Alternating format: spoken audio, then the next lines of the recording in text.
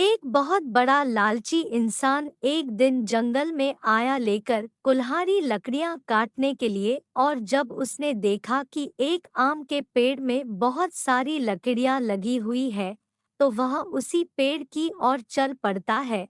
तभी वह पेड़ बहुत जोर जोर से रोने और चिल्लाने लगता है कि मुझे मत काटो, मुझे मत काटो, लेकिन वह किसान नहीं माना। फिर उसके बाद जो हुआ दोस्तों, यह देखने से पहले जल्दी से हमारे वीडियो को लाइक और चैनल को सब्सक्राइब कर दीजिए। फिर वह किसान लड़कियां नहीं कटता है।